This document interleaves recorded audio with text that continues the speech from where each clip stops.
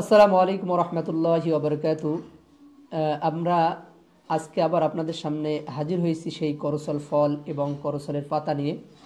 আপনারা অনেকেই আমাদের কমেন্ট করে জানাইছেন যে আপনারা এই ফলটা কিভাবে সেবন করবেন এবং পাতাটা কিভাবে সেবন করবেন এই বিষয়ে জানার জন্য। তা প্রথমে আমি বলবো ফলটা উপরে খোসাটা ছিলে ফেলবেন। ছিলে ফেলার পরে তারপরে এর ভিতরে বিচি আছে কাতার মতন ওরকম, এটা আতার মতনই ফল, কিন্তু ওই আটিটা আপনারা ভিতর থেকে ফেলে দেবেন। ফেলে দেওয়ার পরে পুরো ফলটাকে আপনারা ব্লেন্ডার করবেন। ব্লেন্ডার করার পরে দেখা যাচ্ছে আপনি 10-15 দিন সেবন করবেন। সেই অনুযায়ী আপনি অল্প কিছু নর্মালে রাখবেন আর কিছু পলিথিনে করে ডিপ ফ্রিজে করে রাখবেন।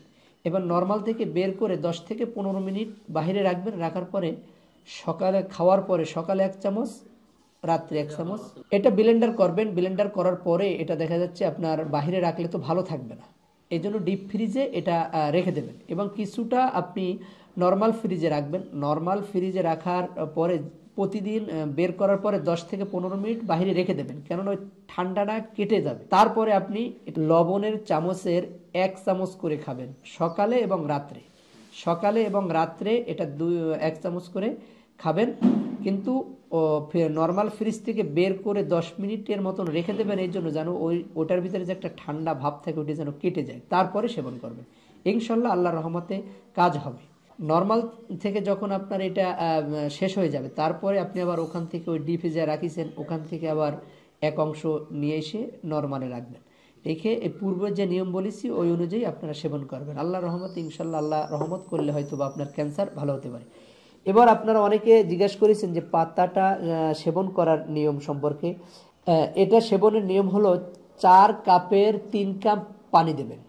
পানি জ্বালাতে থাকবেন, তার ভিতরে 2টো পাতা ছেড়ে দেবেন। ওই মনে করতে হবে যখন ওই জ্বালাতে যখন ওই 3 কাপ পানি 1 কাপে পরিণত হবে, তখন ওইটা হাঁড়িটা লাবিয়ে ফেলবেন। লাবানোর পরে কিছু সময় রাখবেন, সেকে একটা পাত্রে রেখে দিলেন।